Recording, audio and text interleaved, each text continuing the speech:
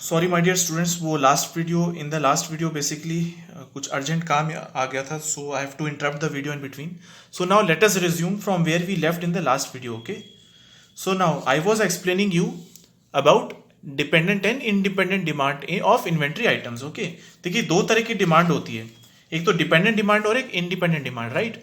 जैसे मैंने एग्जांपल दिया था आपको कार का. Okay, suppose if there is a demand of car, then what do you think, car के अंदर क्या क्या होते हैं? स्टीयरिंग मैकेनिज्म होता है, एक्सल होता है, व्हील होता है, ठीक है, इसकी असेंबली होती है, ओके, इंजन असेंबली होती है, there are many many other things.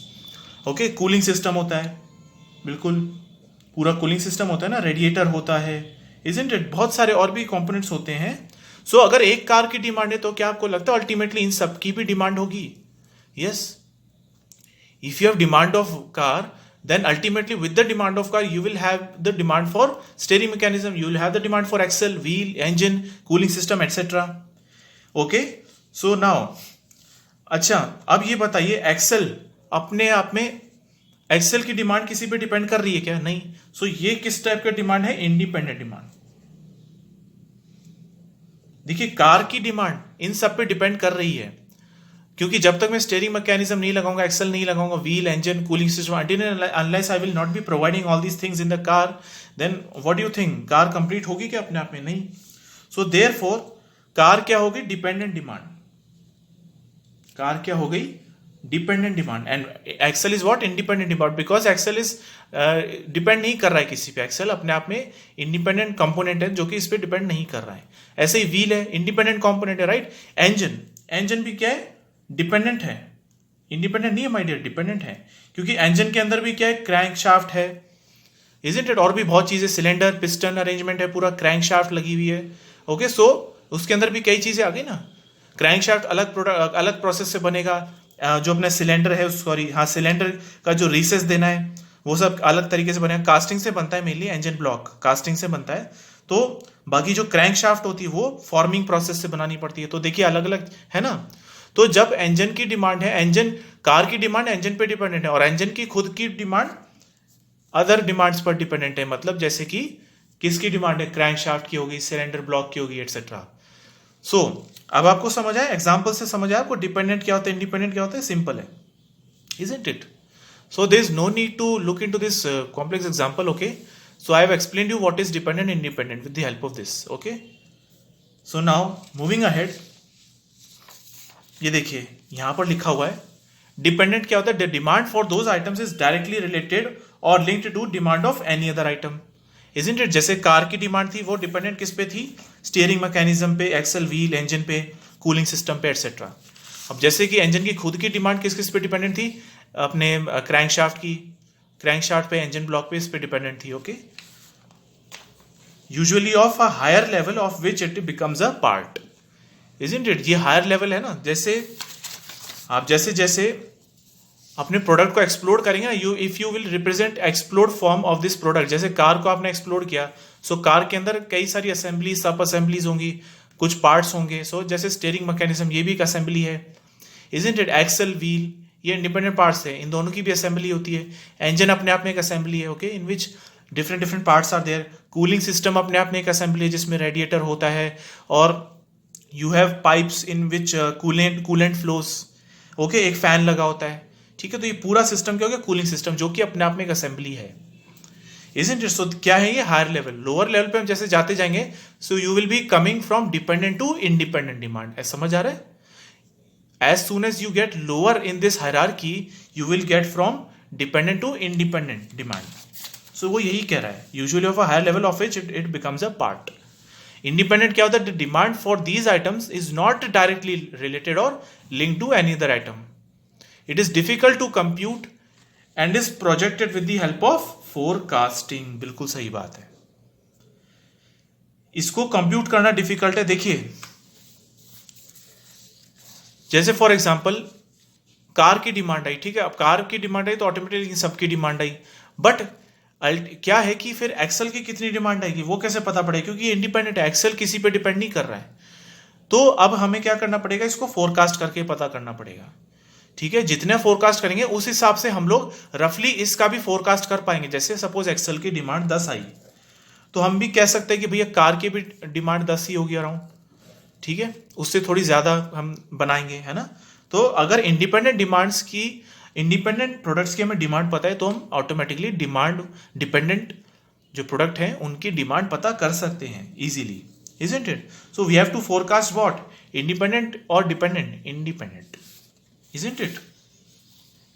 ये है। नाउ क्या होता है माय डियर, क्योंकि we don't want stock out, right, we don't want stock out, so we want a good reputation into the market. तो उसके लिए क्या, हमें लगातार इन्वेंट्री को रिव्यू करते रहना पड़ता है। Review means we have to check each and every time कि how much inventory is there, because inventory हर टाइम सेम तो नहीं रहेगी।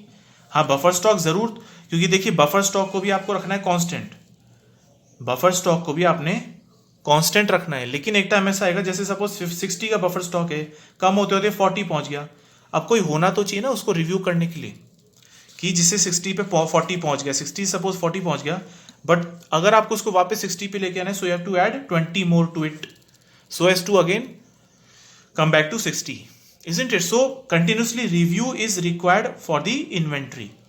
So now let us see two types of reviewing methods we have, that is one is Q system and another is P system. Q से समझ आ रहा है, Q से मतलब होता है quantity wise and P से समझ आ रहा है period मतलब time. So Q for quantity and P stands for period. मतलब क्यू सिस्टम क्या होता है, फिक्स्ड ऑर्डर सिस्टम। क्यू क्या होता है, फिक्स्ड ऑर्डर सिस्टम, ठीक है, या फिर रीऑर्डर लेवल सिस्टम, या फिर हम इसको टू बिन सिस्टम भी बोलते हैं, ठीक है।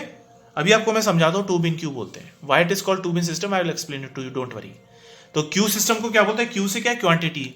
सो basically what we are doing here is we are ordering a fixed number of quantity irrespective of the time. Irrespective of the time of ordering, we are ordering basically fixed amount of quantity, right? जैसे कि इधर देखिए, for example हमारी industry के लिए demand आती है 10 units per day की डिमांड आती है, let us take, isn't it? Demand जो हमारी आती है that is 10 per day, and what is the lead time, that is the 5 days, 5 days की लीड टाइम है। तो रीऑर्डर लेवल क्या होता है, रीऑर्डर लेवल माय डियर वो लेवल होता है, देखिए रीऑर्डर लेवल आपको एक्सप्लेन करता हूं, वो आगे भी टर्म आएगा, डोंट वरी, बट ठीक है, रीऑर्डर लेवल का टर्म आ गया तो I will explain to you. देखो आपने सपोज मैक्सिमम इन्वेंट्री स्टोर करके कर ली Q, let us take Q something, कुछ भी मैक्सिमम इन्वेंट्री अपने पास में स्टोर करके रख ली है, ओके ना। वो इन्वेंट्री क्या होगा, टाइम के साथ रिड्यूस होती जाएगी, ओके, ठीक है, इजंट इट? तो रिड्यूस होते होते एक समय आएगा जब ये जीरो लेवल पे पहुंचेगी, इजंट इट? ओके, इससे आप नीचे चलेंगे तो you will be going into shortage, so हम नीचे नहीं जाएंगे। बट देखिए हम जीरो पे भी नहीं जाना चाहेंगे, क्यों?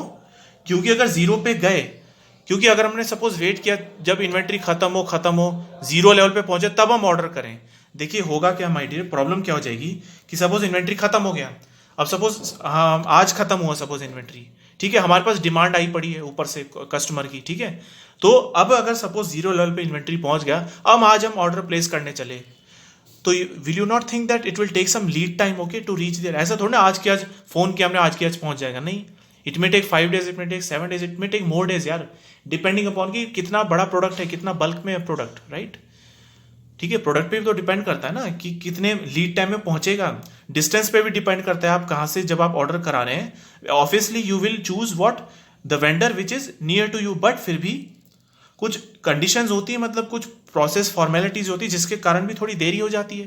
तो इट्स नॉट दैट, मतलब point to be noted is that it's not that कि आज आपने फोन करा आज ही आपको ऑर्डर मिल गया, क्या होगा, और उल्टा इससे क्या होगा, गुडविल लॉस क्रिएट हो जाएगा अगर आपने आज फोन किया, क्योंकि आपको अगेन लीड टाइम तक वेट करना पड़ेगा। देखिए ग्राफ बना रहा हूं मैं, ये क्यू है, आपके पास इन्वेंट्री थी, खत्म हो गई, अब आपने सोचा ऑर्डर करते हैं, ठीक है, ऑर्डर करा, ऑर्डर जैसे ही करा तो उसको लग गया कुछ लीड टाइम, सपोज ठीक है, इतना लीड टाइम लगा, आपने वेट किया, फिर आपकी इन्वेंट्री वापस से क्यू लेवल तक पहुंची, ओके, फिर क्यू डिक्रीज होते होते जीरो पहुंचा, ठीक है, फिर आपने यहां पर आके ऑर्डर किया, सो आपको वेट करना पड़ा टिल लीड टाइम जब तक वो ना पहुंचे, फिर जाके हुआ, ठीक है। तो मीनवाइल इस पीरियड में क्या हो रहा है, आप कस्टमर की डिमांड को फुलफिल ही नहीं कर पा रहे हैं, You are not able to fulfill the customer demand. Hence what will happen? Customer will go to somewhere else, right? तो वो जो पहुंच रहा है आपके पास में सामान, उसका कोई मतलब ही नहीं रहेगा, isn't it? तो हम क्या करते हैं माय डियर, एक डेंजर जोन हम सेट कर लेते हैं, एक डेंजर जोन हम सेट कर लेते हैं जिस पर अगर इन्वेंट्री उस लेवल पर पहुंच जाए, then of course we will definitely give the order to the vendor. So that level is known as what? Reorder level. तो रीऑर्डर लेवल कहीं यहां होता है. रीऑर्डर लेवल हमारे लिए डेंजर जोन है, मतलब हमारे लिए एक रेड सिग्नल है.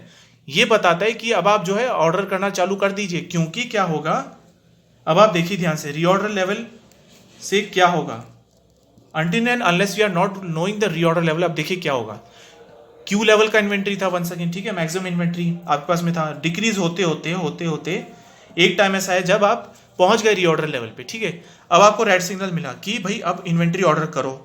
तो अब होगा क्या, इससे आप सेफ साइड में रहेंगे, relatively safer side. Why? Because इस मोमेंट, अब पहले आप यहां ऑर्डर कर रहे थे इस पॉइंट पे, अब आप कुछ टाइम के से पहले ही आप ऑर्डर कर देंगे, राइट. अब आप इस टाइम पे ऑर्डर कर देंगे, ओके. क्या होगा इस टाइम से, जब तक आपका जो है यूनिट जीरो, क्योंकि जब आप यहां पर ऑर्डर करेंगे then it will take some lead time once again. Okay, so now let us take this the lead time, ठीक है. तो जब तक आपका सपोज इन्वेंट्री जीरो पर पहुंच भी गया, लेकिन उसी मोमेंट पे क्या होगा, आपका ऑर्डर जो है पहुंच जाएगा उसी वक्त. Okay, it will not take any extra time to wait. आपको वेट नहीं करना पड़ेगा, जब आपका जीरो हो गया उसी टाइम पे आपका ऑर्डर आपके पास पहुंच जाएगा. So that time is basically lead time. Okay, so therefore we have to introduce reorder level, we have to introduce a danger signal so that we come to know that yes, now we have to give the order, because order हाथ के हाथ नहीं पहुंचता, आज के आज आपने phone किया, आज के आज ऑर्डर मिल गया, ऐसा नहीं होता है, isn't it? So therefore we have to take a certain reorder level. और reorder level कैसे निकलता है? That is the lead time, means जितनी देर में पहुंच रहा है सामान, जितने दिन लगेंगे, lead time into demand per day. So therefore 10 into 5 that is 50. That means this is the reorder level. जैसे ही आपका इन्वेंट्री घट घट के 50 यूनिट पहुंच जाए, that means now you have to again reorder, you have to again order for a new for new batch, isn't it? So therefore इससे क्या होगा कि जब तक आपका इन्वेंट्री सपोज जीरो लेवल पर पहुंच भी गया, तब तक आपके पास में जो है रिक्वायर्ड बैच पहुंच जाएगा उसी वक्त, so that again you will be able to cater the customer demand. You will not have to wait like this before. आपको उतना वेट नहीं करना पड़ेगा. ओके, पहले वेट कितना पड़ रहा था? लीड टाइम के बराबर आपको वेट करना पड़ रहा था. तो उतना वेट करना ना पड़े, इसलिए हमने क्या किया, थोड़ा पहले ऑर्डर कर दिया. कितना पहले ऑर्डर किया? जितना लीड टाइम लग रहा है. ऑब्वियस बात है, जितना लीड टाइम लग रहा है उतना पहले हमने ऑर्डर कर दिया. तो और वो जो रीऑर्डर लेवल होता है क्या होगा? That is will be lead time into what is the demand per unit day, so that you will, because you have to cater the demand, right, cater the customer demand. So क्या हो जाएगा? 10 per day into 50 days, 5 days, that is 50 units. Now you got? Okay. So अब ये to bin system क्यों बोलते हैं माइडियर? जैसे for example आपके पास में 500 यूनिट पर ऑर्डर है, suppose you want to purchase 500 units in one order, right. तो उसमें क्या होगा, सारा का सारा 500 ऑर्डर करेंगे क्या? नहीं. देखिए क्या होगा, जैसे कि उसमें से भी 450 तो ठीक है पहले से कंज्यूम हो जाएगा. ओके, बाकी का जो 50 है जो हमने निकाला, that is the reorder level. So basically क्या है, ये तो है 500. सो आप 500 से शुरू हुए. ओके, यू हैव ऑर्डर 500, मतलब पहले आपने 500 ऑर्डर कर रखा होगा. वो जो कंज्यूम होते होते you reached this danger zone, that is reorder level, that was 50. Okay, now you will call the vendor and you will ask that okay भैया पहुंचा दो सामान. ओके, सो देयरफॉर इस 500 को हम कैसे डिवाइड कर सकते हैं? 450 that is being consumed and that is the reorder level, so that the summation will come out to be 500. So therefore हमने इसको 2 बिन्स में डिवाइड कर दिया ना. इतना तो कंज्यूम हुआ before reorder level and this is the reorder level, so that the summation would be equal to the maximum inventory what we have in the starting. So therefore it is called as 2 bin system. इसीलिए इसको 2 bin system बोलते हैं. और इसकी खासियत बात क्या है, इसको हम क्यू सिस्टम क्यों बोलते हैं? क्योंकि इररिस्पेक्टिव ऑफ द टाइम हम कभी भी ऑर्डर करें, बट हम फिक्स्ड क्वांटिटी ही ऑर्डर करेंगे. अगर हम 50 ही करें तो हम 50 ही ऑर्डर करेंगे, कभी भी ऑर्डर करें उससे कोई फर्क नहीं पड़ेगा. So that is what fixed order system. Next क्या होता है? फिक्स्ड पीरियड सिस्टम या फिक्स्ड या पीरियोडिक रिव्यू सिस्टम. इसमें हम क्या करेंगे, अब इसमें देखिए क्वांटिटी में भी वेरिएबल, क्यू में भी variable. Previously Q was constant, मतलब the amount to be order was constant. अब इस बार क्या होगा, ये वेरिएबल होगा, हम कितना भी ऑर्डर कर सकते हैं, बट हम एक फिक्स्ड पीरियड मतलब एक फिक्स्ड टाइम के बाद ही ऑर्डर करेंगे। समझ पा रहे हैं? पहले क्या हो रहा था कि कभी भी हम ऑर्डर कर रहे हैं बट एक फिक्स्ड अमाउंट ऑर्डर कर रहे थे। अब क्या हो रहा है कि एक फिक्स्ड टाइम के बाद ऑर्डर कर रहे हैं, बट वो अमाउंट कितना ऑर्डर कर रहे हैं वो डिपेंड करता है, वो वेरी कर सकता है। Sorry, isn't it? So that is the basic difference between the fixed order system and fixed period system, isn't it? अब देखिए इसमें हम क्या कर रहे हैं, हर फिक्स्ड पीरियड के बाद रिव्यू कर रहे हैं। देखिए इसलिए इसका नाम है पीरियोडिक रिव्यू सिस्टम। इसमें हम क्या करें, क्योंकि हमें एक पर्टिकुलर टाइम के बाद ऑर्डर करना है ना, तो अब वो हमें कितना करना है, तो कितना ऑर्डर करना ये डिपेंड करता है कि हमने रिव्यू किया तो उसमें हमने कितना देखा कि अब हमारे पास इन्वेंट्री कितनी बची है, तो उस हिसाब से हम ऑर्डर करेंगे। बट हम कितना हर पीरियड में अपने इन्वेंट्री को लेवल को चेक करेंगे पहले, हर मतलब जैसे हर 5 दिन में हम अपनी इन्वेंट्री को चेक करेंगे कितना अब इन्वेंट्री कितना रह गया है, तो जितना रह गया है उस हिसाब से फिर हम ऑर्डर करेंगे। समझ पाए क्या हो रहा है इसमें? ठीक है।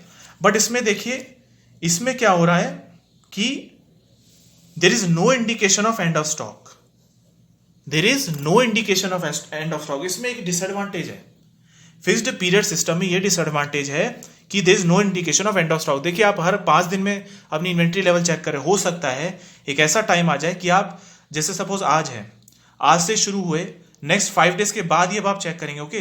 बट आपको क्या पता कि अगले 3 दिन में इन्वेंट्री खत्म हो रही है, बट नहीं आपने तो फिक्स्ड पी सिस्टम लगा रखा है, मतलब अगले 5 दिन बाद ही चेक करूंगा। लेकिन हो क्या सकता है कि अगले शायद 2 दिन में या मे बी 3 दिन में ही हमारा स्टॉक खत्म हो जाए, इसका ये डिसएडवांटेज है। So there is no indication of end of stock here, but here at least इसका ये एडवांटेज है कि यहां पर हमें यह है कि क्योंकि because we are maintaining a certain reorder level, so therefore we are basically ordering fixed amount of quantity. अब वो डिपेंड करता है कि वो फिक्स्ड अमाउंट ऑफ क्वांटिटी क्या होगी, बट वो फिक्स रहेगी irrespective of the time, time कभी भी हो हम ऑर्डर कर देंगे। ठीक है, तो ये है, इससे में हमारा मतलब क्या है, रिलेटिवली कम थोड़ा स्टॉक आउट का चांस रहता है, इसमें थोड़ा सा कम स्टॉक आउट का चांस रहता है, इजंट इट? इसमें थोड़ा ज्यादा रहता है, क्यों? क्योंकि इसमें there is no indication of end of stock. ठीक है, सो अब देखिए, ये देखिए फिक्स्ड ऑर्डर सिस्टम क्या है। In this system as inventory decreases to reorder level, a fresh order for the fixed quantity is placed at that point, that's it, okay। इस system में क्या है, the size of the order is fixed but the time of order is variable, कभी भी order कर सकते but एक fixed size of order will be placed. Fixed period में क्या है, in this system inventory level is reviewed, ये reviewed लिखा हुआ है, reviewed, it will be reviewed after a fixed interval of time and a fresh order for variable quantity is placed. अब वो variable quantity किस पे डिपेंड करेगी, हमारी इन्वेंट्री के लेवल पे। यस, इन्वेंट्री कितना है बच रहा है अब उस पर डिपेंड करेगा।